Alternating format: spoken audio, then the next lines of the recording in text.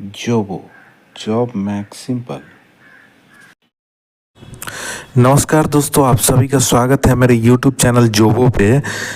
इस वीडियो में हम भारत सरकार के योजनाओं पे आधारित प्रश्न देखेंगे। देखिए, ये जो गवर्नमेंट के जो स्कीम्स होते हैं इससे रिलेटेड एक प्रश्न तो आपके एग्ज़ाम में रहेंगे ही। तो जैसे आप आरपीएफ का एग्ज़ाम दे रहे हो, आरपीएफ कांस्टेबल, एसआई, या आप एनटीपीसी, एएलपी टेक्नीशियन, कोई भी एग्ज़ाम, आप रेलवे का कोई भी एग्ज़ाम या एनी अदर कोई कंपटीशन एग्ज़ाम दे रहे हो, तो आपको जीए में ये जो गवर्नमेंट के जो स्कीम है, लेटेस्ट स्कीम, इस पे आधारित प्रश्न पूछते ही हैं। तो ये टॉपिक काफ़ी जो है महत्वपूर्ण है और इसको एक इकट्ठा संकलित करके आपको कहीं पे भी नहीं मिलेगा। लेकिन यहाँ पे हम करीब 30 क्वेश्चन जो है आपके लिए लाया हूँ, जो ऑल स्कीम से रिलेटेड, जो महत्वपूर्ण जो योजना है भारत सरकार के, उससे रिलेटेड 30 क्वेश्चन लाया हूँ। तो विश्वास मानिए, ये जो इतना वीडियो आप सुन लेंगे तो आपको एक भी क्वेश्चन जो गवर्नमेंट स्कीम पे अगर एग्ज़ाम में पूछेगा तो आप उस कोई भी क्वेश्चन नहीं छूट सकता है और आप उसको 100% करके आइएगा।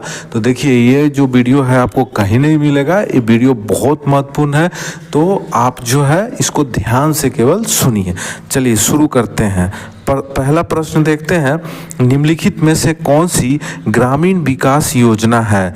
तो कौन सी योजना है ग्रामीण विकास योजना? प्रधानमंत्री ग्रामोदय योजना।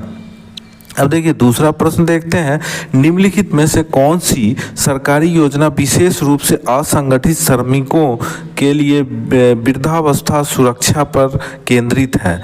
तो प्रधानमंत्री श्रम योगी मानधन योजना।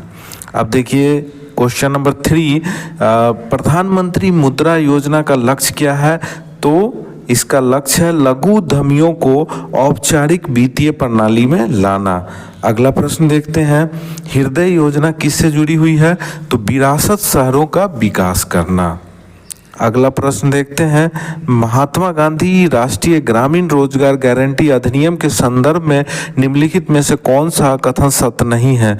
तो देखिए, इसमें जो असत्य कथन है ये है कि इसकी शुरुआत 2009 में हुई थी। इसकी शुरुआत हुई थी, ये जैसे ये अधिनियम 2005 में पारित हुआ था। महात्मा गांधी राष्ट्रीय ग्रामीण रोजगार गारंटी अधिनियम 2005 में पारित हुआ था और 2006 से इसकी शुरुआत हुई थी। तो सही जो इसका है 2006। और ये बात सत्य है कि इसे कार्य करने के अधिकार के नाम से भी जाना जाता है। यह ग्रामीण विकास मंत्रालय द्वारा कार्यान्वित किया जाता है और इसमें लाभार्थी को 100 दिन का रोजगार की गारंटी दी जाती है। कितने दिन की? 100 दिन की। तो ये काफ़ी महत्वपूर्ण है, इसको आप लोग ध्यान से देख लीजिएगा। अब देखिए अगला प्रश्न देखते हैं, दीनदयाल अंत्योदय योजना को डैश के रूप में भी जाना जाता है। तो इसको क्या किस रूप में जाना जाता है? राष्ट्रीय शहरी आजीविका मिशन के रूप में भी जाना जाता है। किसको? दीनदयाल अंत्योदय योजना को। चलिए अब अगला प्रश्न देखते हैं, पीएम कुसुम का पूर्ण रूप क्या है? तो पीएम कुसुम योजना का पूर्ण रूप क्या है? तो प्रधानमंत्री किसान ऊर्जा सुरक्षा एवं उत्थान महाभियान योजना। तो याद कर लीजिएगा, काफ़ी महत्वपूर्ण है। देखिए, मध्याह्न भोजन योजना किस मंत्रालय के दायरे में आता है? तो ये शिक्षा मंत्रालय के दायरे में आता है। चलिए अब अगला प्रश्न देखते हैं, निम्नलिखित में से किस वर्ष पीएम किसान प्रधानमंत्री किसान सम्मान निधि का औपचारिक रूप से शुरू किया गया था? तो 2019। इसको आप याद कर लीजिएगा। चलिए अगला प्रश्न देखते हैं, कौन सी योजना 6 से 14 वर्ष के आयु के बच्चों की बुनियादी शिक्षा प्रदान करता है? तो सर्व शिक्षा अभियान है। अगला प्रश्न देखते हैं, स्वामित्व योजना के प्रायोगिक चरण में से किस राज्य में शामिल नहीं है? तो बिहार में शामिल नहीं है। स्वामित्व योजना के प्रायोगिक चरण में कौन सा राज्य शामिल नहीं है? बिहार राज्य शामिल नहीं है। अब अगला प्रश्न देखते हैं, जवाहर रोजगार योजना किस पंचवर्षीय योजना में शुरू की गई थी? तो 7वीं पंचवर्षीय योजना में शुरू की गई थी। 7वीं पंचवर्षीय योजना में यह शुरू की गई थी, जवाहर रोजगार योजना। अब देखिए अगला प्रश्न देखते हैं, प्रधानमंत्री ग्रामीण सड़क योजनाओं के निर्माण लागत में मैदानी राज्यों का लागत अनुपात क्या निर्धारित किया गया है? तो 60:40। याद रखिएगा, महत्वपूर्ण तथ्य है। अब अगला प्रश्न देखते हैं, निम्नलिखित में से कौन सी सरकारी योजना विशेष रूप से असंगठित श्रमिकों एवं वृद्धावस्था सुरक्षा पर केंद्रित है? तो प्रधानमंत्री श्रम योगी मानधन योजना, इसको आप याद कर लीजिएगा, ये काफ़ी महत्वपूर्ण है। अगला प्रश्न देखते हैं, भारत सरकार की दीनदयाल उपाध्याय ग्रामीण कौशल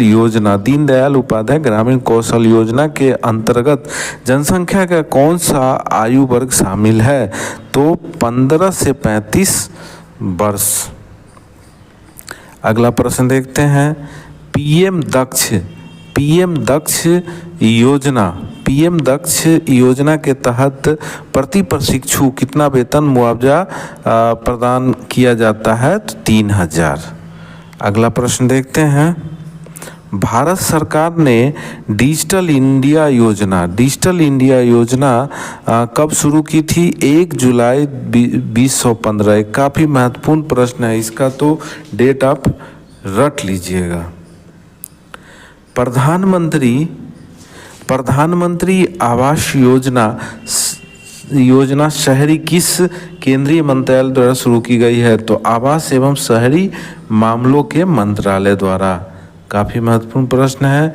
अगला प्रश्न देखते हैं, किस वर्ष में मध्याह्न भोजन योजना का नाम बदलकर प्रधानमंत्री पोषण योजना कर दिया गया है? तो 2021 में।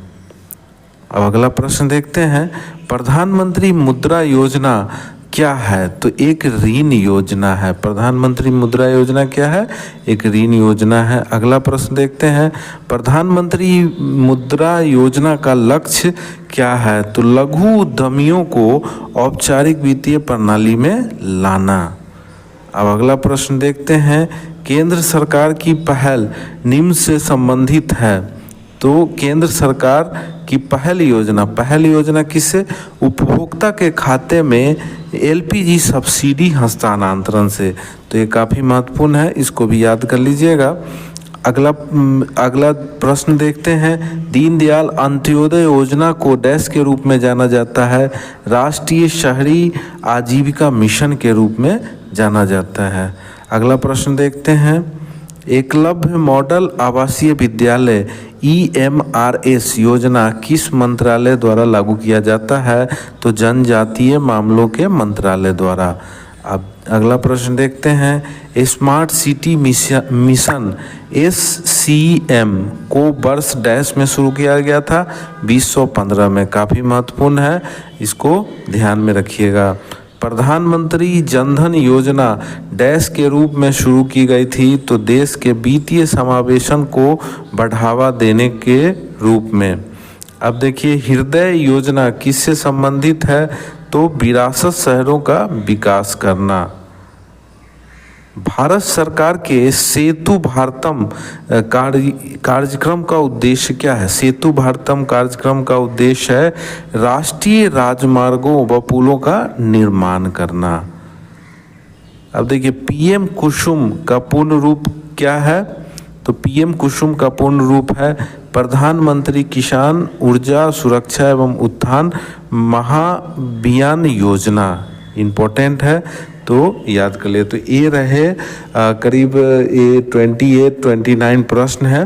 तो ये इससे आपको अलग कोई भी प्रश्न नहीं आएगा। तो इतने प्रश्न को आप बिल्कुल अपने दिमाग में छाप लीजिए, और ये आपको रेलवे के एग्ज़ाम में इसमें से एक प्रश्न रहेगा।